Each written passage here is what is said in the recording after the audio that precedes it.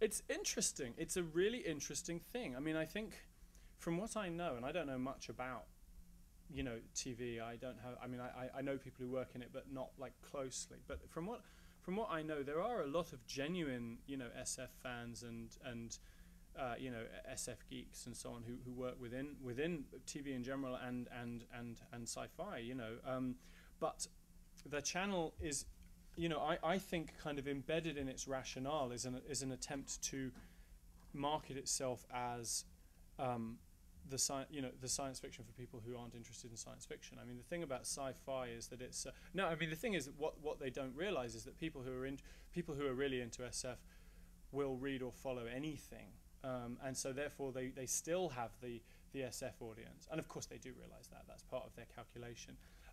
But that very term sci-fi, you know, it's always been one of the kind of badges by which people who think of themselves as on the inside of the genre distinguish themselves as on the outside. If you're an insider, you say SF. If you don't really know what you're talking about, you say sci-fi. You know, and so to reduce the even this is the kind of common position. So to reduce the channel name to an actual, you know, to phonetically, so there's not even any kind of species relation to its kind of progenitor terms.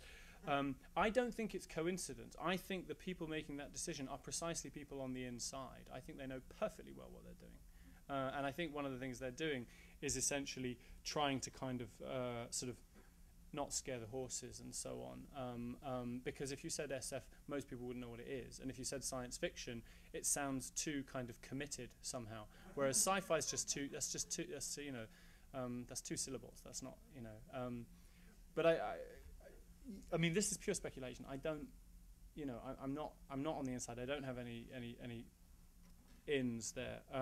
I do think that I think a lot of the stuff that they put out, people within the world that I'm in and who are really interested in kind of good science fiction culture, I think we should just go on strike. I think we should just stop watching this shit, to be honest. I think, you know, one of the things that frustrates me about this world is that, you know, we're too unforgiving, and I include myself. You know, anything which has any kind of science fiction or fantastic elements, we will dutifully consume, and I think it's time for us to sort of stop and sort of say, I'm only going to consume it if it has that and it's quite good, you know.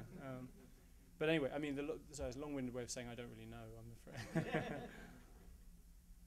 Yeah. For a long time, traditional academia and writing programs have had kind of a negative view towards all genres, Mm-hmm. the folk stigma. Mm. I mean, it's obviously been getting better over the years with things like Clarion and Odyssey, but even those negative views, do you think there's anything to maybe be learned there, since they do view these genres as very much closer related than sometimes people within the genre? Well, that's the interesting thing about this distinction, is that people outside don't have it nearly as strongly as the people who on the inside who do have it, and then those of us on the inside, there's a minority that then don't have it again, but don't have it for different reasons than them. You know, so it's you know, they're right, but they're wrongly right, whereas we're rightly right, and these people are rightly wrong. So yeah. I would say one thing I would say is I do think it's shifting a bit. I think within those programs, I think there's a lot less.